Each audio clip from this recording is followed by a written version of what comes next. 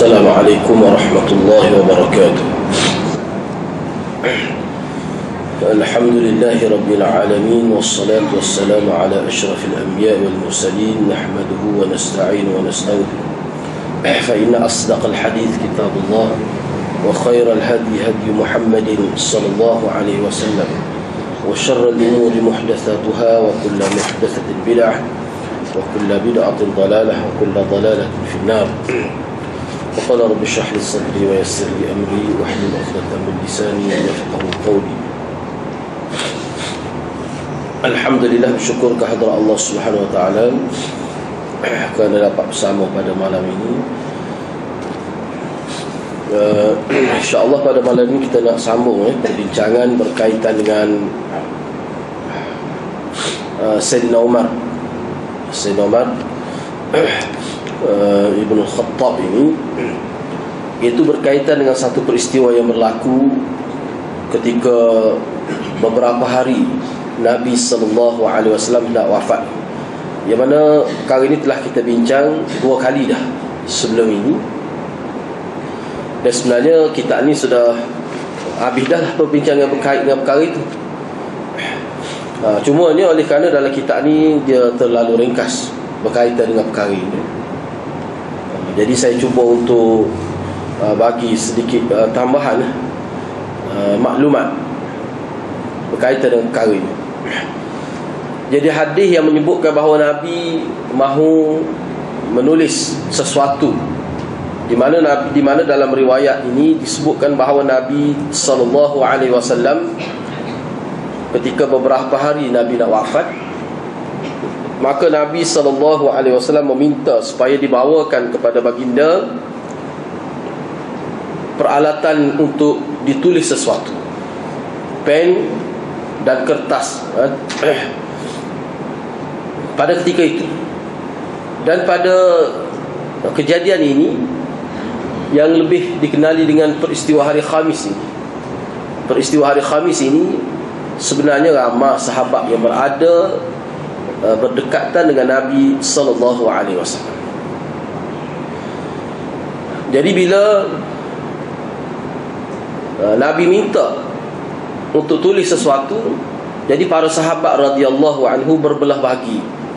Ada setengah sahabat bersetujulah untuk membawakan pen dan kertas itu. Tapi ada juga di kalangan sahabat yang kira-kiranya menyebutkan bahawa tak perlulah, sebab kita sudah kata, bukan kata kepada Nabi. Antara yang sebut itu disebut dalam riwayat Sayyidina Umar lah. Tak perlulah dalam keadaan sekarang ni, kerana cukup dah kepada kita Quran dan hadis Nabi sallallahu alaihi wasallam. Sayyidina Umar ni kata kepada sahabat-sahabat, bukan kata kepada Nabi sallallahu alaihi wasallam. Itu kita kena faham. Sebabnya dalam setengah-setengah buku propaganda Syiah secara khususlah, kerana orang ni yang timbul masalah ni pun Syiah yang sebenarnya, dia guna hadis ni untuk hentam Sayyidina Umar dan sebahagian sahabat yang ada pada ketika itu. Jadi hadis ini digunakan untuk menyerang Sayyidina Umar dengan menyatakan bahawa Sayyidina Umar telah melanggar perintah Rasulullah SAW. Rasulullah suruh bawa pen dan kertas itu, Sayyidina Umar kata tak payah. Kena ingat Sayyidina Umar kata tak payah tu, dia bukan kata kepada Nabi, dia kata para sahabat. Cukup dah kepada kita. Bukan Sayyidina Umar kata tak payah. Sayyidina Umar sebut pada sahabat, sebab dah bila minta tu ada setengah sahabat kata tak apa, boleh bawa lah. Jadi ada sebahagian sahabat termasuk Sayyidina Umar yang kata tak perlu, kerana pada waktu tu Nabi ni khabar retek tak retek lah sebenarnya peristiwa hari Khamis ini. Nabi dalam keadaan yang kadang-kadang pengsan, kadang-kadang sedar pada waktu itu.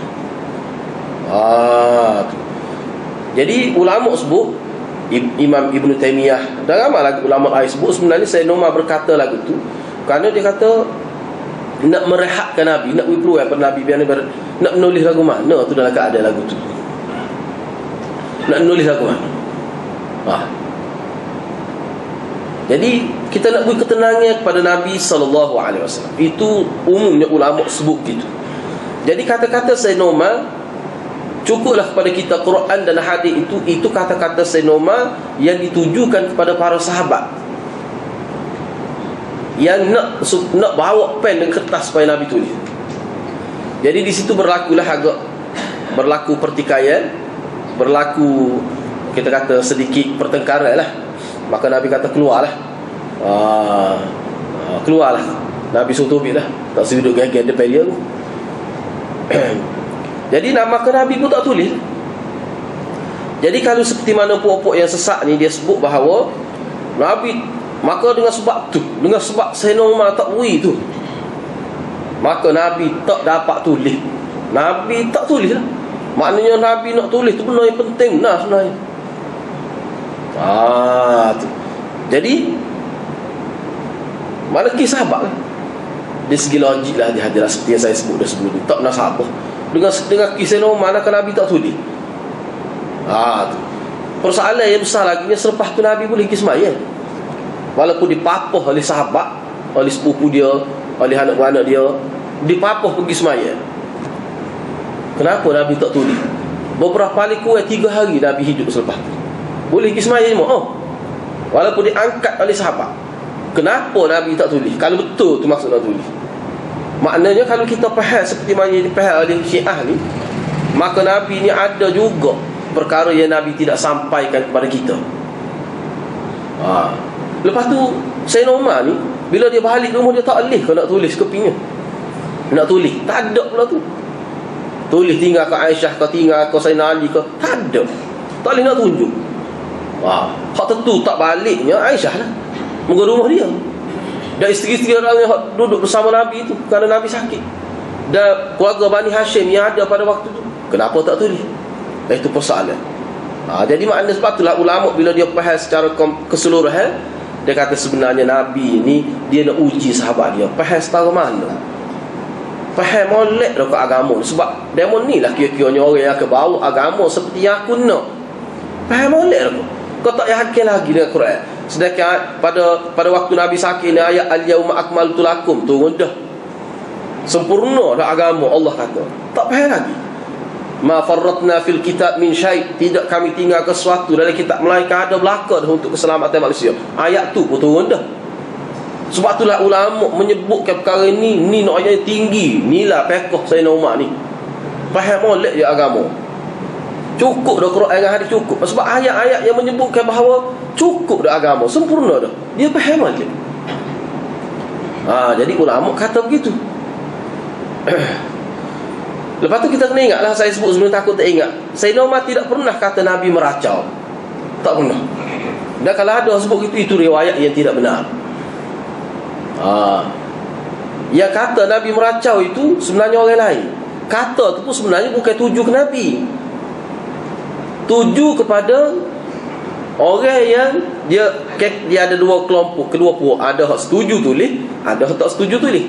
Jadi hak setuju tulis ni kata, apa yang tak wui tu, kau demo ingat Nabi ni meracau, ngapo kecil. Tu dia tuju pada kau tu. Hak tu mengikut ulama. Kalau perhati molek dari riwayat yang sahih ni, dari Bukhari Muslim, benar ni, dalam Bukhari. Tengok, itu maksud dia je. Sebabnya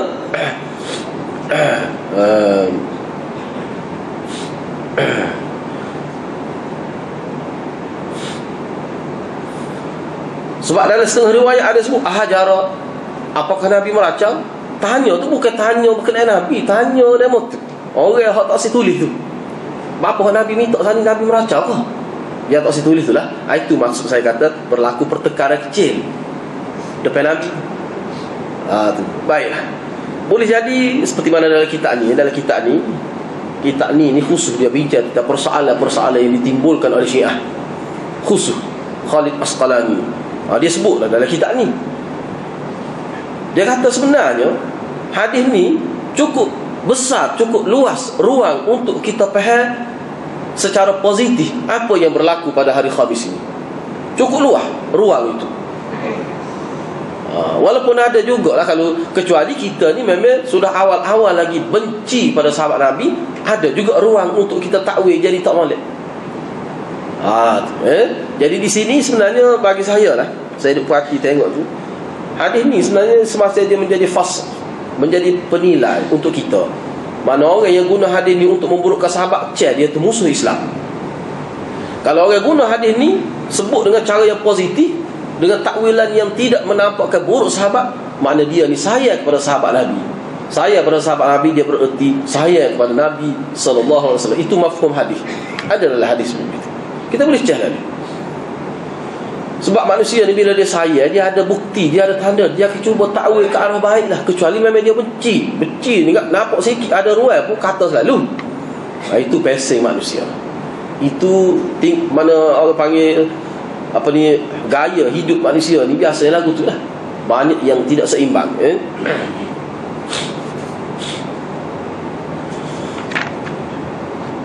Jadi hadis ini sangat penting bagi Syiah untuk menunjukkan bahawa Nabi benci kepada sahabat, marah pada sahabat.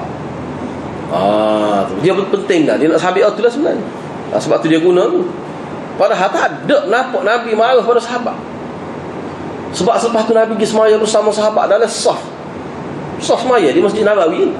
Nabi pergi semaya tak ada apa-apa. Tak ada duduk. Lepas tu Nabi sebut jangan keji sahabat aku ketika dia sakit. La tasubbu ashabi, itu ketika umur tu, ketika akhir hidup Nabi tu lah kata hadis-hadis tu.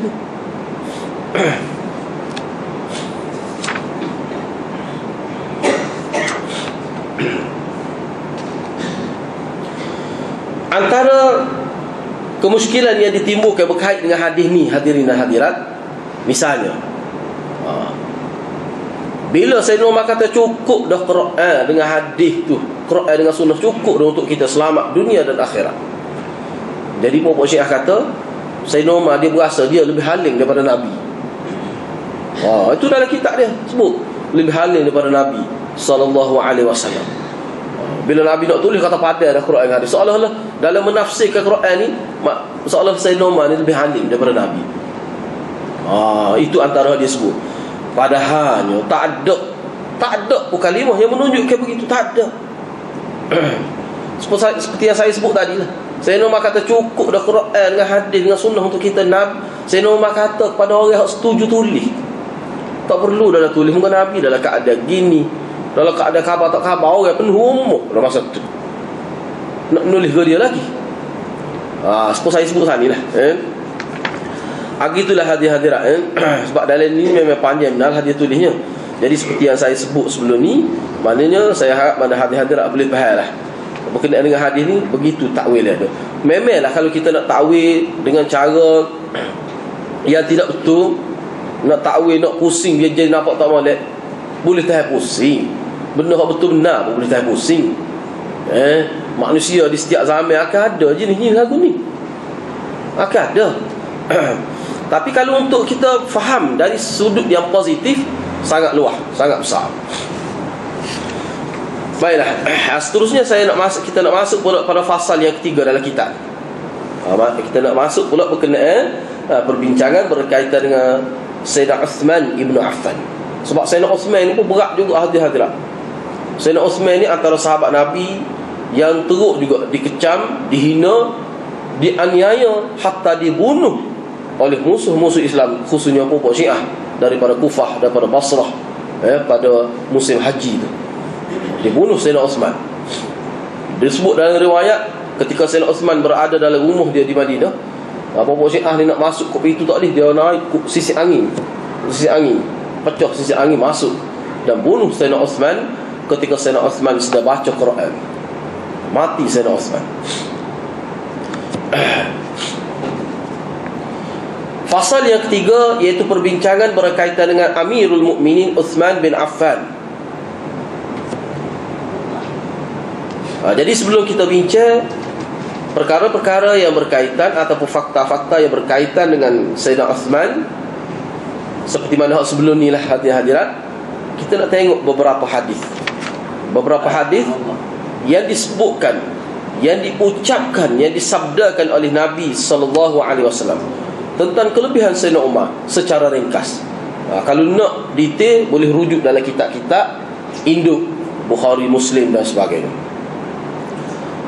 Sayyidina Uthman ini dipanggil Dhunnurain, orang yang berkahwin, orang yang mempunyai dua cahaya mata. Kerana dua anak Nabi Nabi kahwinkan dengan Uthman ini. Hadis yang pertama, qala Rasulullah sallallahu alaihi wasallam, man yahfiru bi'ra rumah falahul jannah fahafaraha Uthman, wa man jahaza jaish al-usrah falahul jannah fajahhazaha Uthman. Rawahu al-Bukhari wa Ahmad wa Tirmidzi. Rasulullah sallallahu alaihi wasallam bersabda, sesiapa yang menggali telaga rumah, nama telaga itu nama bi'ru rumah, maka pasti dia akan dapat syurga di hari akhir. Lalu Sayyidina Uthman menggali. Dalam setengah riwayat, sesiapa yang membeli, kalau menggali dengan maksud bila Sayyidina Uthman beli telaga ni asalnya milik Yahudi. Telaga ni besar lah. Kemudian Sayyidina Uthman memperluaskan telaga tu dalam lagi supaya dapat diambil manfaat air dia tu. Sebab dalam setengah riwayat kata sesiapa yang beli telaga rumah ini hak milik Yahudi ni, maka dia akan dapat kelebihan yang besar lah. Nabi sebut Sayyidina Uthman bayar dalam setengah riwayat sebut sampai beribu-ribu dinar. Cukup mahal lah, di luar jangka lah harga tu. Dia letak tu dengan maksud nak mempermain-mainkan Sayyidina Uthman. Tiba-tiba Sayyidina Uthman beli, kemudian Sayyidina Uthman wakafkan. Semua orang boleh minum air secara percuma. Kerana kalau kita tengok dalam sejarah, orang-orang Islam teraniaya. Bila nak ambil air daripada telaga rumah ini, maka pok Yahudi mengenakan bayaran yang begitu tinggi. Sedangkan air ni dimanfaatkan oleh masyarakat sekitar tu untuk kegunaan harian, kegunaan rumah dan kegunaan untuk menjirus tanaman. Jadi umat Islam tertekan. Jadi ramai umat Islam pergi mengadu pada Nabi, teruk kita macam mana kita nak untung dalam pertanian, nak nego tak untung kita ni, nak jual berapa. Sebab kos pengairan tu, kos untuk sirai tanaman tu terlalu tinggi. Dengan sebab apa? Dengan sebab nak boleh dapat air daripada bi'ru rumah ini, dicas dengan bil dia tu tinggi telajuk. Bil air ni tinggi telajuk. Jadi teraniayalah umat Islam. Jadi Nabi sebut ni, Nabi offer, Nabi buka, Nabi sebut ni dalam ketika Nabi berada di atas mimbar.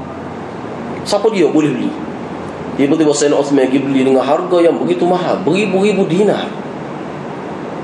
Telaga ni, lah ni kalau 1 dinar ni, rasanya tengok dalam internet tu 500 riyal lebih. Sebab 1 dirham tu dia, saya tengok dalam internet 24 ringgit. Cuba kali dengan 1,500 dengan 2,000 dinar, berapa? Besarlah harga tu. Memang harga tak nasabah, tapi Sayyidina Uthman beli sebab dia bukan nampak telaga, dia nampak jaminan syurga oleh Nabi tu, untuk menyelesaikan masalah umat Islam. Jadi Sayyidina Umar belilah, Sayyidina Uthman beli. Sebab hadisnya banyak, kita baca satu-satu. Kemudian Nabi sebut lagi, sesiapa yang boleh membantu menyediakan apa-apa yang perlu untuk mempersiapkan Jaishul Usrah, iaitu tentera Usrah dalam peperangan Tabuk, peperangan terakhir, maka pasti dia dapat syurga. Maka Sayyidina Uthman mengeluarkan, membelanjakan duit yang banyak untuk menyiapkan angkatan tentera dalam peperangan Tabuk. Kira lah, besar tak besar, cuba kira agak-agak berapa ke zaman sekali. Sayyidina Uthman sapuk peperangan Tabuk tu, unta saja tu capur dengan kuda 1,000 ekor.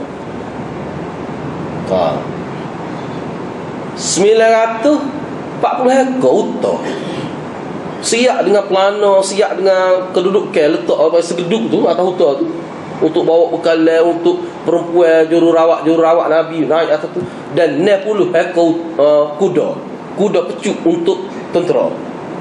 Capur semua tu jadi 1,000 ekor, agak-agak berapa ni. Dalam peperangan Tabuk itu habis duit Sayyidina Uthman, tapi dia sanggup. Ni jiwa Sayyidina Uthman. Nabi kata pasti dia dapat syurga. Sayyidina Uthman buat semua benda-benda lagu ni. Hadis ni dalam riwayat Bukhari benar ni. Dalam Musnad Imam Ahmad dan Sunan Tirmizi ada disebut. Jaishul Usrah ni maknanya dalam peperangan Tabuk lah. Dalam peperangan Tabuk, tentera dia panggil Jaishul Usrah ni maknanya Ghazwatul Tabuk. peperangan Tabuk. Itu kelebihan Sayyidina Uthman. Dia sanggup, dia bantu kerajaan sebab dia kaya. Bukan atas nama Nabi pinjam, beri dalam bentuk mana tabarruk, sedekah. Besar ni. 1,000 ekor. Gak 1,000 ekor tu kuda-kuda perang, bukan kuda padi yang kecil-kecil ni dak. Kuda perang. Dan unta ni unta hak dilatih lah untuk pergi perang. Siap dengan dia punya pelapik dia dan pelana dia dan sebagainya. Komplit. Sebab tu dalam setengah riwayat kata mana kuda dan unta ini mana dia terus boleh dibawa pergi ke medan perang kerana dia telah disiapkan dengan keperluan dia. Itu maknanya. Ahlas dan Aqtab. Itu disebut dalam riwayat. Hadis yang kedua. Ini kelebihan Sayyidina Uthman ni kelebihan Sayyidina Uthman ibn Affan. Wa an Anas radhiyallahu ta'ala anhu anna an-nabiy sallallahu alaihi wasallam sa'ida Uhudan wa Abu Bakr wa Umar wa Uthman وعمر وعثمان فرجف بهم فقال أثبت أحد فإنما عليك نبي وصديق وشهيدان رواه الخمسة إلا مسلما. Diriwayatkan daripada Sayyidina Anas radhiyallahu taala an bahawa Nabi sallallahu alaihi wasallam telah naik ke Bukit Uhud.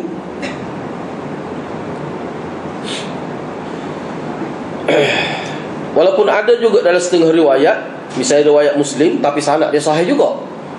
Katanya berlaku di Bukit Hira. Di puncak Hira tu, di Bukit Hira, ada gua Hira tu lah. Sebab tu setengah-setengah ulama dia kata barangkali kes ni berlaku beberapa kali.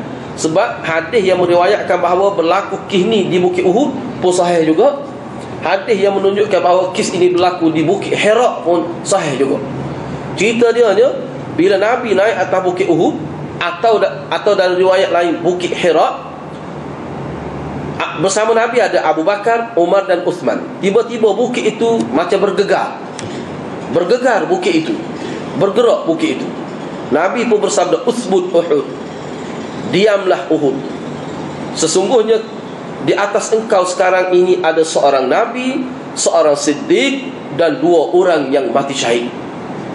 Terang Nabi sebut. Nabi itu mana dia lah. Siddiq itu mana Sayyidina Abu Bakar wa syahidan dan 2 orang yang mati syahid. Kerana Sayyidina Umar juga mati syahid, dibunuh pada waktu subuh oleh Abu Lu'lu'ah itu.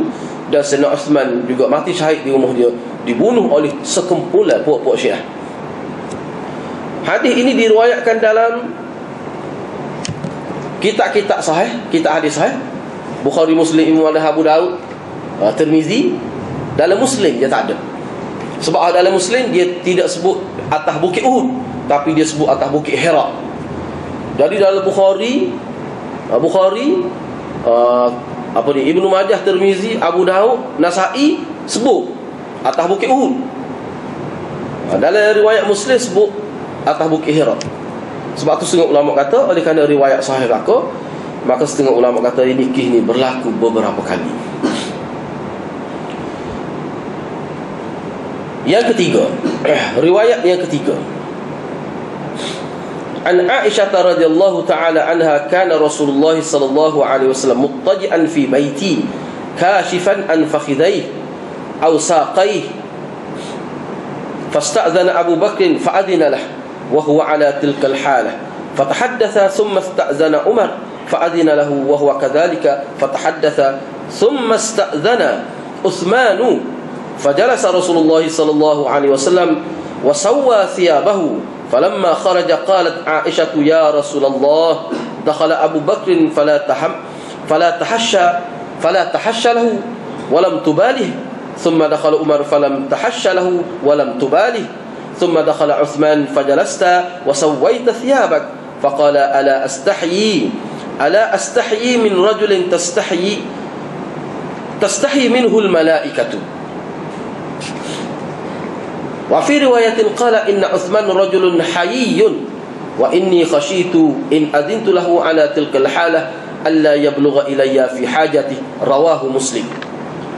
Diriwayatkan daripada Aisyah radhiyallahu anha, kata beliau, dia kata Rasulullah pernah satu hari ni, kes ni berlaku ketika Nabi berada di rumah Aisyah, isteri dia. Kalau pergi Mekah tak tahulah rumah Aisyah ni dekat mana. Kubur tu lah, kubur Nabi tu. Itulah rumah Aisyah, bilik Aisyah. Rasulullah, Aisyah kata pernah satu ketika Rasulullah berada di rumah aku dalam keadaan muttaji'an, dalam keadaan baring secara menyengging. Ni baring duduk gitu, pasal duduk atas lampu ni kan. Bila dia nak buah, dia tak buah, tak sedap duduk terletak gitu. Ada nyengging, biasa kita nyengging tu kat ragu dah, di tok tangan gini kan.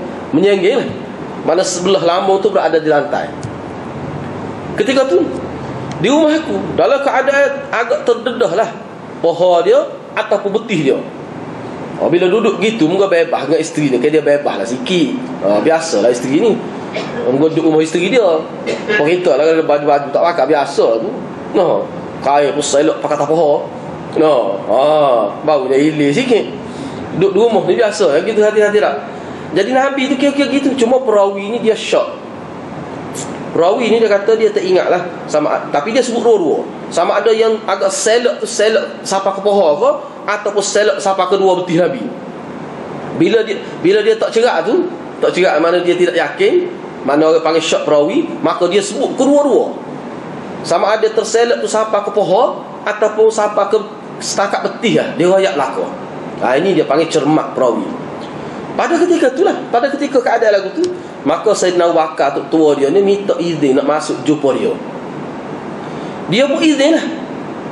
Dia izin Sayyidina Abu Bakar tu. Sayyidina Abu Bakar masuk dalam keadaan Nabi duduk lagu tu lah. Duduk nyengeng, kain selok. Fatahadasa, maka dia pun bercakap-cakap lah dengan Sayyidina Abu Bakar. Mana mesra benar tu. Tak apalah. Ni Aisyah ada berhati. Moga ayah dia kan Abu Bakar ni. Kemudian Sayyidina Umar pula masuk. Sayyidina Umar ni tu tua dia juga. Moga anak dia Hafsah kenik ke Nabi juga. Ni bagai tu tua belakang ni. Ramah tu tua Nabi. Payah kal dah kalau orang nak pergi pun tu tua lagi ni. Biasa tu tua dia majlis suku-suku. Ni mari jumpa Nabi. Jadi Sayyidina Umar pun minta izin nak masuk jumpa Nabi juga. Nabi pun memberi keizinan, dan Nabi duduk dalam keadaan tu tak berubah, duduk nyanyi patut kain pun. Dia tak ayatlah baju pakai kejapnya. Cuma agak selok sikit. Dia punya nampak betis setengah ataupun nampak pohon. Tu. Kemudian dia kecek-kecek Sayyidina Umar. Biasa Nabi duduk kecek bakal Sayyidina Umar. Moga tu sahabat dia paling rapat.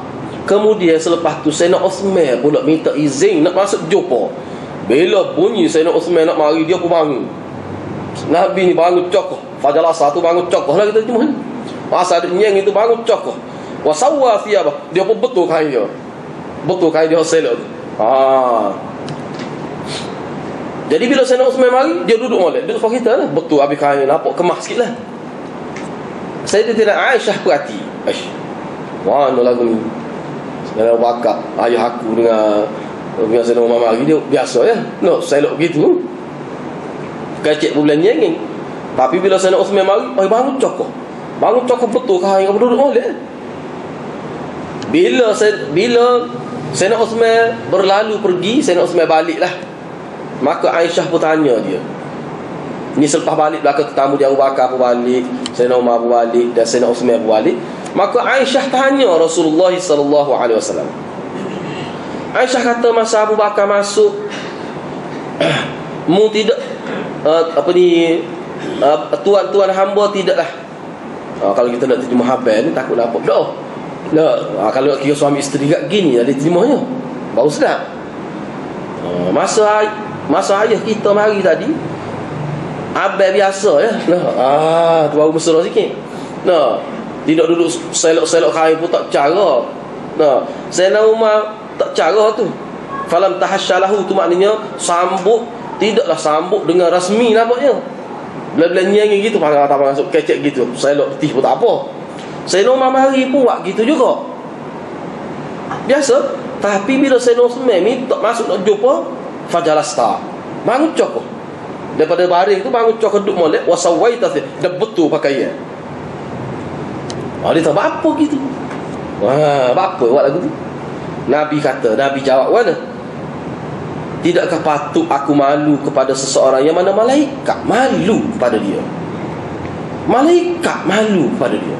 Sayyidina Uthman ni malaikat malu. Sebab Sayyidina Uthman ni antara sifat yang terkenal dia ni sangat pemalu dalam bab agama lah. Dalam bab agama dia sangat malu. Malu dengan erti malu, sifat malu yang menyekat dia daripada melakukan maksiat. Itu makna malu. Malu dia tu sangat beradab, sangat lembut. Apa ni, budinya Sayyidina Uthman. Sebab Sayyidina Umar terkenal kasar. Memang kasar Sayyidina Umar ni. Dia kecek kat tegah. Jenis tegah, bahasa ni tegah. Boleh, tak boleh. Hadis tagih Sayyidina Umar. Dan Nabi buat gitu. Tu Sayyidina Umar dia kecek. Kalau kita tengok sejarah Sayyidina Umar, itu ya. Kau menolak ke dia? Tu Sayyidina Umar. Memang terkenal lah dalam bab agama. Tu pakai baju soyak rabak Sayyidina Umar tu, khalifah tu. Tapi dalam bab agama dia tegah. Tu Sayyidina Bakar, Sayyidina Uthman ni sangat lembut, berhalus mani. Dia ni, dan malaikat malu pada dia. Jadi Nabi pun hormat dia sebab malaikat hormat pada dia. Hadis ni ada ayat kelebihan Sayyidina Uthman ibn Affan. Kalau kita tengok dalam hadis Sahih Muslim lah, banyak lagi dia sebut. Banyak lagi. Ni berapa je dia sebut, sikit nak tak apalah, kita boleh faham. Tapi ke mana kita akan apalah kedudukan Sayyidina Umar pada pandangan Nabi sallallahu alaihi wasallam. Bahkan dalam riwayat lain, ni riwayat Muslim. Ni dalam riwayat Muslim.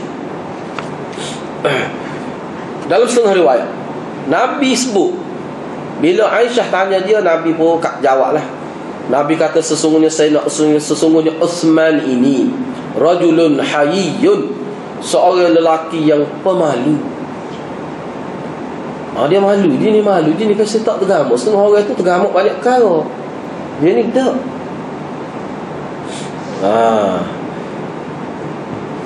Setengah orang tu tengok nampak kawan ni tak guna.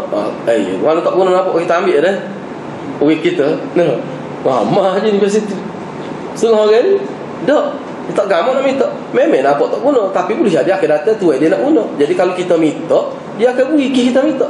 Saya nak main jenis ni gitulah. Jenis barang tak tergamuk tu banyak dari diri dia. Dalam benda-benda gitu. Orang ada kehormatan. Nabi kata sesungguhnya aku bimbang sekiranya aku izinkan dia berjumpa aku dalam keadaan seperti itu, seperti semasa Sayyidina Bakar masuk, semasa Sayyidina Umar masuk. Aku bimbang takut tak siapa ajak dia bagi jumpa aku. Bila tengok Rasulullah duduk keadaan Tuhan jangan oyak jadi tak oyak. Bimbang takut lagu tu.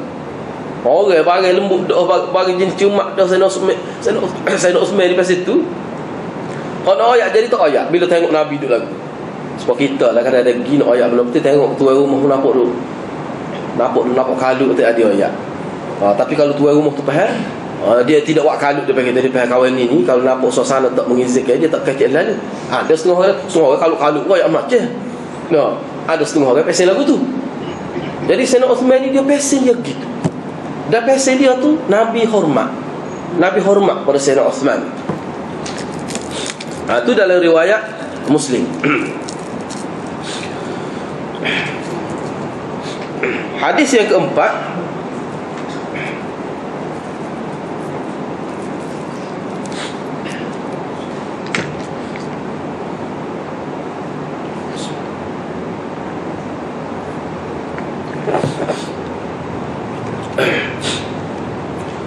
hadis yang keempat, qala Abdurrahman bin Samurah جاء عثمان إلى النبي صلى الله عليه وسلم ب1000 دينار في كمه حين جهز جيش العسرة فنثرها في حجره فرأيت النبي صلى الله عليه وسلم يقلبها في حجره ويقول ما ضر عثمان ما عمل بعد اليوم مرتين، يعني ما ضر عثمان ما عمل بعد اليوم، ما ضر عثمان ما عمل بعد اليوم، رواه الترمذي وأحمد.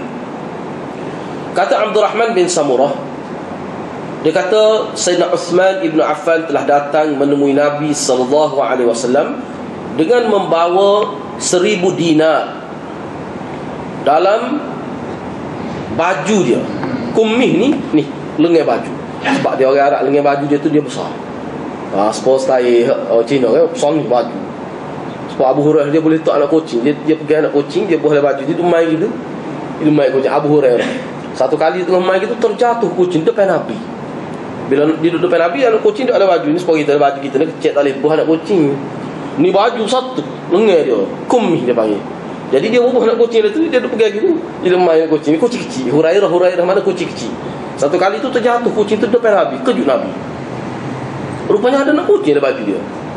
Nabi kata, oh, kalau begitu mu ni sesuam. Nah, kalau panggil Abu Hurairah. Masa lepas tu dia tak sedia orang panggil nama asal dia. Akhir sekali panggil Abu Hurairah. Lepas tu nama dia pun jadi tak jelas. Nama dia, orang tu kenal dengan Abu Hurairah. Siapa Syiah pun keliru. Syiah kata ni lah manusia majhulul hal. Orang tak tahu nama asal dia. Padahalnya dia tak faham. Orang sahut saja ni, orang tak kenal nama ni. Orang panggil lakak dia. Tu kenal nama dia. Bukan semua kenal. Padahal nama dia mudah kenal kan. Tapi sebab terkenal tu kenali. Terkenal tu kenali. Siapa nama asal pun tak kenal. Hak duk kampung tu kenali pun tak kenal nama tu kenali. Waktu sahudah nama tu kenali. Orang dia kata dia sahudah lagu tu. Bagi orang yang hati dia molek tak ada masalah. Tapi bagi Syiah ni, dia tulis sebutir kitab lah. Teruknya Abu Hurairah. Sebuah kitab dia tulis. Nak memburuk ke Abu Hurairah. Macam-macam lah dia sebut. Ada-ada kena ingat Abu Hurairah sebelum dia masuk Islam. Dia ni antara golongan bangsawan. Abu Hurairah ni, bila dia mari daripada luar Jaziratul Arab, mari duduk Mekah, duduk Madinah tu, Nabi kenal dia ni orang bangsawan. Dia pandai baca, pandai nulis. Abu Hurairah, dia orang cerdik. Zaman jahiliah dia cerdik. Jadi Nabi nak letak di rumah sahabat lah. Sebab bila masuk Islam, nak letak mana? Sebab dia ni bila mari masuk Islam, tak seklik kapur nak duduk Madinah, nak letak mana? Jadi Nabi kalau orang-orang biasa, pengikut biasa, Nabi letak di Masjid Madinah, di serambi Masjid Madinah. Puan-puan ni lah orang panggil Ahlus Suffahnya. Jadi Abu Hurairah ni, Nabi nak letak sebab setengah-setengah pemimpin hak mari masuk Islam kemudian nak duduk Madinah, tak ada penempatan. Nabi letak rumah dia, letak rumah Sayyidina Bakar, letak rumah Sayyidina Utsman. Jadi Abu Hurairah ni, Nabi nak letak di rumah sahabat dia tak sih. Biarlah dia kata, saya nak duduk bersama-sama orang-orang Islam hak taif ni di masjid. Sebab tu dia duduk masjid tu. Di bubuk dia orang panggil Ahlus Suffah. Tu dia ada cerita dia khusus. InsyaAllah akan datang kita akan sebut bubuk dia ni. Kita nak tengok ciri makan dia lagu mana bubuk ni, pakaian dia macam mana bubuk ni, lagu mana dia tidur. Sedih atau tidak bubuk Ahlus Suffah ni. Dia ni tak pergi kerja, tak pergi niaga apa, duk ngapa hadis, duk kaji. Sebab akhir sekali bubuk ni lah, selepas Nabi wafat, bubuk ni lah sahabat Nabi hantar jadi mubalik ke setiap daerah ni. Bubuk Ahlus Suffah ni, yang mana saya biasa terjemah ni, pelajar sepenuh masa, sama penuh ni konsep asrama penuh. Tapi giper tapi dia tidak pergi semua. Daripada setengah ulama kata dia 76 orang, setengah kata lebih. Sebab tu kadang-kadang bilangan dia 25 orang. Mana lagi ramai-ramai tu? Giper dia gila giper, dia tak pergi semua. Nabi tak pergi. Muka ni pelajar, mati bapa ni berat lah. Ahli ilmu ni, dia kena ada sebahagian tu, maknanya Ta'ifatun yatafaqahu fid din itu. Kena ada sekumpulan orang Islam ni yang memperdalami ilmu agama. Kerana dia lah yang akan menjadi pencerah lah kepada masyarakat. Jadi Sayyidina Uthman ni, dia bawa duit 1000 dinar. Dia bubuh dalam macam dalam sopit lah kita kata. Dia bubuh dalam baju dia, bawa gitu, duduk dalam baju 1000 dinar. Kita perlu kat Allah bawa duit banyak dalam ni. Bawa 5,000 bergerung, tengok hulu-hulu. Ramai sangat orang jahat ni. Bawa 1000 dinar. Ketika mana Nabi sedang mempersiapkan tentera Usrah. Ni dalam peperangan Tabuk. Cerita Tabuk ni maksudnya panjanglah cerita dia, kita boleh sebut semula. Bila sampai depan Nabi, fanatharha fihi, maka dia pun curah. Dia curah. Jadi setengah-setengah riwayat kata memang dia bubuh dalam baju sungguh, tak ada sopik-sopik ke apa. Bila sampai ke Nabi, dia pegang baju curah. Ada juga. Jadi berat benar lah baju dia ni. Dia pun dalam baju, dia pegang bucu. Takut apa, jalan gitu. Sampai depan Nabi, dia pun buat gitu. Buat gitu tu tobik lah duit tu. Maka duit ni daripada emas ni, dinar ni. Curah tu curah atas riba Nabi. Maka Nabi akan jubah kan, ni penuh atas riba Nabi. Nabi pun belik-belik, nak ada kejut Nabi. Yuqallibu hatu Nabi, mana belik lah duit tu. Pegang tengok duit.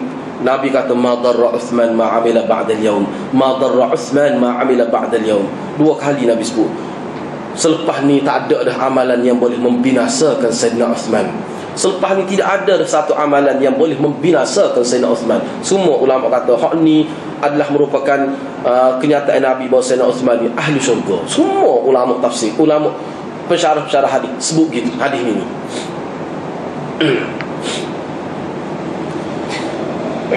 Jadi hadis kelima tu kita bincang semula lah. Hadis kelima tu kita bincang semula. Sini dia mari banyak juga hadis ni. 12 hadis, dan hadis ke-12 tu memang panjang, satu muka surat lebih tu. InsyaAllah kita akan bincang minggu selepas ni insyaAllah. Setakat itulah, wabillahi taufiq hidayah. Assalamualaikum warahmatullahi wabarakatuh.